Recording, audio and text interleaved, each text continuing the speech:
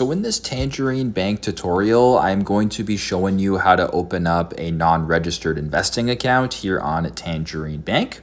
So once the app's opened up, go to the bottom left, press accounts. Once you're here, scroll down to where it says open an account, or under explore products, you can press investments. I'll do that for this example.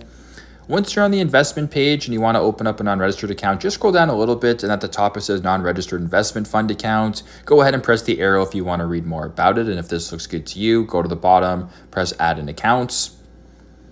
Then press continue one more time. And then when you're on this page, you can review the product that you selected. So in this case, a non-registered investment fund account, whether you're maxed out your RRSP and TFSA and you're looking for a flexible way to invest, you can go ahead and do it this way. So if this looks good to you, press continue to proceed with the next steps, answer some questions, and then you can open up the account that way. So pretty simple, pretty straightforward. That's how to open up a non-registered investing account here on Tangerine Bank.